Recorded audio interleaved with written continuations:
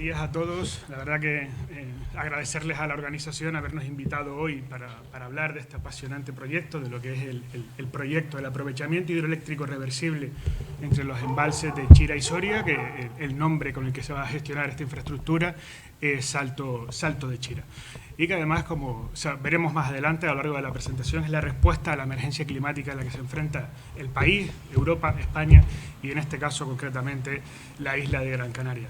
Este proyecto, como saben, es una concesión administrativa, una concesión otorgada por el Consejo Insular de Aguas del Cabildo de Gran Canaria y que era adjudicatario de esa concesión administrativa de Red Eléctrica de España, con lo cual, pues la verdad que hoy tenemos la suerte, además de que yo les voy a hablar de los aspectos más generales del proyecto, desde el punto de vista de la administración concedente que somos, y luego el desarrollo y la implantación en el territorio, ese desarrollo subterráneo y esa gran tecnología que incorpora, será complementada con otra exposición por parte de Sergio del Cerro, que es el director del proyecto. Y además tenemos incluso la suerte de contar aquí entre los asistentes con Javier, que es el responsable ambiental, que se ha encargado de la tramitación del proyecto, con lo cual creo que hoy de aquí tenemos representados a todas las figuras para poder hablar del proyecto con todo el rigor y que luego la posterior visita sea todo un éxito para poder conocer los detalles de la integración en el territorio y cómo se va a ejecutar posteriormente el proyecto.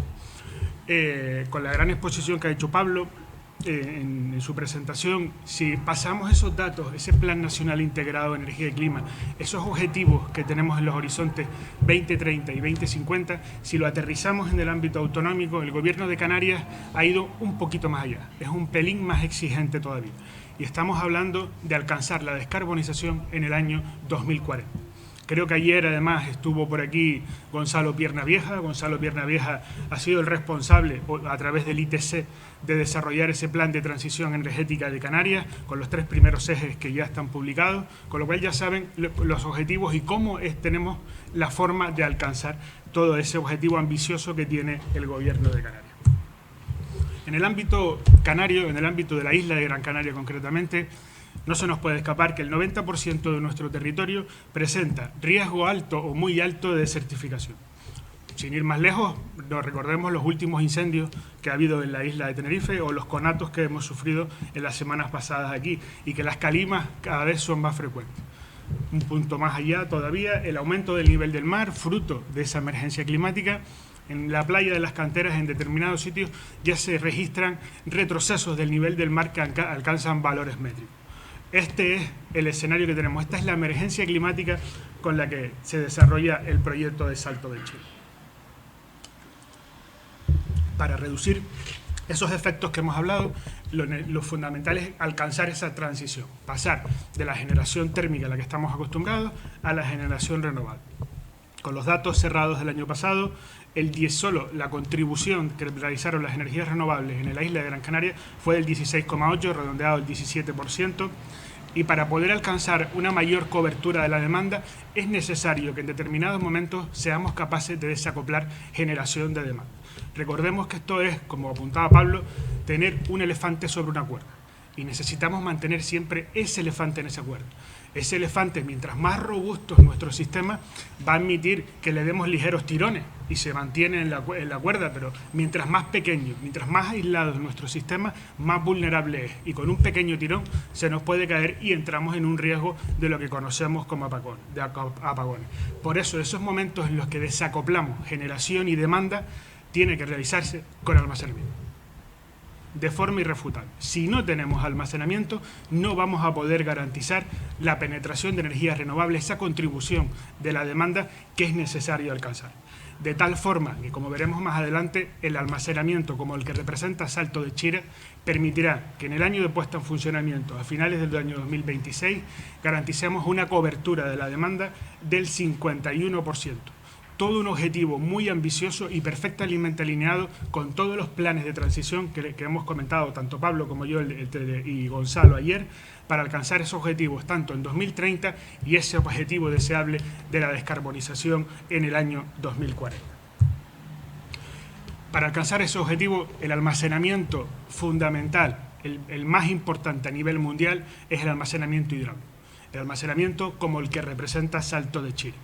Este almacenamiento es generación síncrona, son 6 turbinas Francis reversibles de eje vertical, y esos son los beneficios, lo que necesita un sistema eléctrico para poder integrar energía renovable en condiciones de seguridad. Este aprovechamiento, además, como apuntábamos, se desarrolla en un sistema eléctrico aislado. No estamos interconectados con otro sitio, únicamente la isla de Gran Canaria. Por eso su desarrollo tecnológico, que desarrollará Sergio después, el corazón electrónico de nuestra central para garantizar el desarrollo de las energías renovables y la descarbonización en el año 2040, va equipado con desarrollos tecnológicos tan importantes como el funcionamiento cortocircuito hidráulico, la herramienta que va a permitir que podamos tener parte de la instalación trabajando en modo bomba y parte en modo turbina, lo que garantiza que desde los menos 220 megavatios cuando estamos bombeando hasta los 200 megavatios cuando estamos turbinando, la central esté siempre adaptándose a las necesidades de integración de energía renovable de nuestro sistema eléctrico aislado. La central hidroeléctrica se compone de 2 partes fundamentales. En el esquema que tienen en la pantalla tenemos a nivel de la desembocadura del barranco, en la zona próxima al pajar, la instalación que produce el agua para garantizar la operación hidroeléctrica. Una planta desaladora que produce agua desalada que se eleva al embalse inferior, que es el embalse de Isoria, donde queda a disposición para en esos momentos en los que tenemos exceso de generación renovable, en esos momentos en los que es necesario desacoplar generación de demanda, elevamos el agua hasta el embalse superior, al de Chira, donde queda almacenada en forma de agua a disposición del sistema eléctrico, de tal forma que en esos momentos en los que el sistema tiene mayor demanda para mantener el equilibrio de entre generación y demanda, la central devuelve al sistema eléctrico la energía que previamente ha sido almacenada. Esto es un concepto muy importante, el de devolución al sistema eléctrico, porque esta central es una central realizada por el operador del sistema. El operador opera el sistema para garantizar en todo momento tener condiciones de garantía de suministro y seguridad al sistema eléctrico. Volvemos otra vez a recordar la importancia en un sistema eléctrico aislado como el nuestro de Gran Canaria. Hemos visto como la central es el eje fundamental, el eje transversal para garantizar los objetivos de integración de energía renovable, la descarbonización y atender a la emergencia climática a la que se enfrenta el planeta y de la que tenemos que ser partícipes y ser parte de la solución. Pero del mismo modo, tiendo a hablar un poco bajo. En la próxima vida estudio de profesor, para hablar más alto. Disculpen si no me han escuchado bien en todo momento. Vale, perfecto. Pues hemos hablado de solucionar una emergencia climática a la que se enfrenta el planeta y de la que somos partícipes y de la que vamos a aportar nuestro granito de arena desde nuestra isla de Gran Canaria. Pero también tenemos que recordar la emergencia hídrica a la que nos encontramos, ese estrés hídrico que sufrimos en nuestras cuencas, principalmente desde la zona sur. Si recordamos la última serie importante desde el año 2011, el año 2011 fue casualmente un año muy bueno en cuantía de precipitaciones. De hecho, nuestro máximo histórico en la presa de Soria es concretamente de marzo del año 2011, 90,77 metros de altura de sus 120, pero después de ese año 2011, realmente en nuestra cuenca sur no ha llovido. Aquí realmente tenemos 2 zonas bien diferenciadas, la norte gobernada por el régimen de precipitación de los alisios con mayor humedad y la zona sur que dependemos del desplazamiento del anticiclón de los Azores principalmente y la inestabilidad que eso genera. Y en la zona sur, desde el año 2011, no tenemos precipitaciones. Realmente a finales del año pasado, que ya en enero sí que llovió, el Día de Reyes y el día siguiente, pero en diciembre del año pasado, a 31 de diciembre, teníamos Soria al 1% de su capacidad. Podíamos ver todo el paramento de la presa, incluso la embocadura de su desagüe de fondo. Algo inaudito en una presa de esas características, y Chira se encontraba al 7%. Hablábamos antes de que la central se configura con 2 elementos principales, una planta desaladora y una central hidroeléctrica ejecutada en caverna entre las 2 presas. Pues la planta desaladora genera un excedente de agua de 700.000 metros cúbicos, agua de primera calidad, equipada o dimensionada para que sea capaz de atender a las necesidades tanto de riego como o eventualmente uso para abastecimiento, como el que realizamos en una instalación como la que nos encontramos hoy. 700.000 metros cúbicos de agua para la zona de medianías y cumbres, una garantía, una oportunidad histórica para el desarrollo de nuestro sector primario, prevenir en los incendios como los que hemos sufrido en otras ocasiones, o el Tenerife recientemente. Una solución que vertebra un proyecto que vertebra solución para dos problemas: la emergencia climática y la emergencia hídrica a la que se encuentra nuestra zona sur de la isla. El proyecto se ejecuta y se diseña, como no puede ser de otra forma, con todas las garantías para la protección ambiental, no solo del barranco, sino del entorno. Recordemos que cuando hablamos de una central hidroeléctrica, lo primero que necesitamos en un aprovechamiento reversible es tener dos embalses y necesariamente la ejecución de dos presas. Y ahí es donde tenemos el principal impacto de un aprovechamiento hidroeléctrico reversible, por la ejecución de las propias presas y la superficie que ocupan esos embalses. Esta central, pues por condiciones de operación, condiciones de sumergencia principalmente de los equipos, va ejecutada en caverna porque tiene que estar a unas cotas concretas con respecto al circuito hidráulico. De tal forma que en el entorno en el que tenemos las presas, posteriormente les enseñé unas infografías, la necesidad de ejecutar obras es mínima, por esa singularidad de que es una central hidroeléctrica ejecutada en caverna, una central subterránea. Del mismo modo que se desarrollan las obras a lo largo del barranco, se complementan con un plan de restauración ambiental de todo el eje principal del propio barranco y el entorno de las presas, y los claros beneficios que aporta garantizar unos volúmenes constantes, mínimos, elevados en las dos presas, y los beneficios que eso aporta para los ecosistemas asociados al entorno. El proyecto Canarias puede presumir de su gran patrimonio hidráulico que tiene. En este caso, además, hablamos de las presas de Chira y Soria, dos obras espectaculares y singulares ejecutadas aquí en nuestro entorno. Tenemos una de las mayores densidades de grandes presas del mundo y este proyecto es una puesta en valor de ese patrimonio. Estas presas se construyeron hace más de 50 años, se diseñaron hace más de 50 años, con los conocimientos y las herramientas que había en aquel momento para calcularlas y dimensionarlas. Actualmente las hemos comprobado, las hemos recalculado con las herramientas actuales, concretamente con un esquema de diferencias finitas de tipo explícito, el desarrollado por Itasca en su FLAC 3D. A los ingenieros nos encanta hacer números, nos encanta hacer matemáticas, y lo primero que hacemos siempre es coger un modelo, justificarlo y comprobar cómo están las cosas. Todo eso se ha complementado además con ensayos sobre las propias estructuras para ver cómo están, de tal forma que se garantiza que las dos presas, estas dos, igual que lo hemos desarrollado en otras presas nuestras, pero en el ámbito en el que estamos hoy, Chira y Soria, presentan un comportamiento estupendo para la función de regulación de aportaciones que desarrollan actualmente, como para la futura del aprovechamiento hidroeléctrico, tanto por tener volúmenes más altos de forma constante como por la variación progresiva que va a sufrir ese nivel de embalse asociado a las presas. El proyecto tiene su emisario submarino, recordemos la planta desaladora, el elemento fundamental dentro del aprovechamiento hidroeléctrico, pues la planta desaladora es un sistema que separa las sales del agua, de tal forma que tenemos dos tipos de fluidos después. Uno, el apto para elevar hacia las presas, y otro cargado de sales, que es el que devolvemos nuevamente al mar. Y esa devolución se ejecuta o se diseña con la total garantía ambiental para la costa del barranco de Arguineguín. Incorpora, ayer además es fruto del ITC, estuvo aquí Gonzalo Piernavieja, para la devolución de la salmuera al mar, incorpora un diseño desarrollado por el ITC y dos empresas canarias, Canaragua y El Masa, de tal forma que en el momento en el que el vertido cargado de sales alcanza el lecho marino, el aumento de la salinidad es de 0,2 unidades PSU, un 90% inferior al aumento máximo de salinidad que permiten las especies más sensibles que habitan nuestras costas.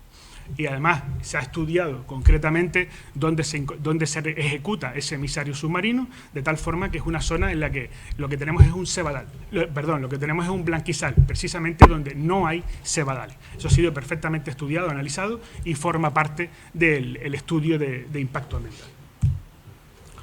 Este proyecto, con desarrollos tecnológicos como veremos ahora en la exposición de Sergio, pero como la introducción que le hemos hecho, como la es capaz de regular desde los modos bomba hasta los modos turbina, sitúa a Gran Canaria a la vanguardia de la sostenibilidad. Incorpora un diseño totalmente innovador, un diseño que va a ser orgullo de la isla de Gran Canaria, emblemático para nuestra isla y que atraerá un turismo tecnológico diferente, como ocurre ya en la isla del Hierro, que es un modelo a explotar y a seguir. El proyecto garantiza unas reducciones del 20% de las emisiones de CO2 en la puesta en funcionamiento, únicamente con este desarrollo dentro del sistema eléctrico. En estos momentos, en donde estamos ahora mismo, a esta hora del día, Pablo igual si no me puede corregir, pero estaremos en torno a unas 300 toneladas equivalentes de CO2 que estamos emitiendo a la atmósfera. Ese no es el futuro que queremos para nuestra isla, ese no es el futuro que queremos para nuestro planeta. Simplemente el desarrollo de este proyecto ya implica una reducción del 20%. Y además constituye un ahorro al sistema eléctrico de 122 millones de euros al año. Recordemos, pongamos en valor el sobrecoste que tiene la generación eléctrica en Canarias, 700 millones de euros. Este proyecto apunta a reducir ese sobrecoste. Y luego, además, de forma transversal, como no puede ser de otra forma, el desarrollo del proyecto entre empleos directos, indirectos e inducidos supone la generación de 3.500 puestos verdes. Veremos, ayer empezó Gonzalo desarrollando el plan de transición energética, hoy estamos desarrollando los aspectos principales del proyecto, mi compañero Sergio hablará ahora de la implantación, del desarrollo tecnológico. La realidad es que no tenemos alternativa. La alternativa es que no hagamos nada. Y no hacer nada sí que tiene un impacto que para esta isla es inasumible. Me gustaría acabar mi presentación con 4 infografías que hemos preparado de la integración del proyecto en el entorno. En la imagen superior vemos el entorno del embalse de Chira y vemos el camino de acceso que es necesario ejecutar para llegar al pozo y la ejecución de la obra de toma y lo que es el pozo de compuerta en sí. Esa instalación necesaria para que podamos cerrar el circuito en determinados momentos por las necesidades que puedan surgir de la operación. Y vean también el volumen medio que vamos a tener dentro en ese embalse y lo comparamos con la imagen inferior. Esto es lo que es necesario ejecutar en ese entorno, el pozo de compuerta y el camino de acceso. Del mismo modo, si lo comparamos con el entorno de Soria, que iremos a visitarlo después dentro de un momento, esas son las instalaciones que es necesario ejecutar en ese entorno. El edificio de control, lo mismo, para poder realizar las maniobras necesarias dentro del circuito eléctrico, y tienen la comparación con el nivel medio que va a tener el embalse y el nivel medio que tiene de una foto reciente actual. Y que, por desgracia, además, como todos sabemos, en la presa de Soria es la imagen más habitual. Esos son los volúmenes habituales que suele tener el embalse. Antes hablamos en la primera parte, cuando hablamos de cómo funcionaba la central, de que teníamos 2 instalaciones principales. Tenemos una planta desaladora y una central hidroeléctrica en caverna ejecutada en el entorno de las 2 presas y que es necesario conectar porque es necesario elevar el agua desalada que producimos en la planta desaladora hasta el embalse de Soria. Eso se realiza a través del barranco. A través del barranco lo veremos después en la visita y me gustaría que se fijaran en la ejecución de la red de saneamiento que está en el propio barranco y que esta tubería es del mismo diámetro que la red de saneamiento. De similares características y además esta, por ser una red en presión, no necesita esa cantidad de pozos de saneamiento como tenemos a lo largo del barranco. Me gustaría que después se fijaran en ese detalle para que vean que la necesidad de actuación sobre el barranco es la misma que tenemos en muchos barrancos de nuestra isla, porque la realidad es que nuestra orografía obliga a que el saneamiento principalmente discurra por el punto más bajo, que suelen ser los cauces en el entorno de las zonas urbanas. Pues junto a la carretera y junto a esa elevación de agua, de forma complementaria y como medida ambiental incorporada al proyecto, se ejecuta una senda turística. Una medida ambiental para aumentar no solo el disfrute de los vecinos, sino de todos los vecinos de Gran Canaria. Recordemos esa imagen de los vecinos caminando por el entorno de ese barranco por la propia carretera. Esta es otra imagen del entorno ya de la desembocadura y vemos también la integración que tiene esa senda turística y que recordemos que junto a esa senda turística lo único que es necesario ejecutar es esa tubería de impulsión de elevación de agua que hemos comentado anteriormente. Esta es la última infografía que les quería mostrar, que es la planta desaladora que está en el entorno del pajar. Esa es la integración que va a tener la instalación. Ahí simplemente falta la instalación fotovoltaica asociada a la propia instalación, que no está en la infografía, pero ese es el entorno, esa es la obra que es necesario ejecutar en el entorno del pajar. Muchísimas gracias.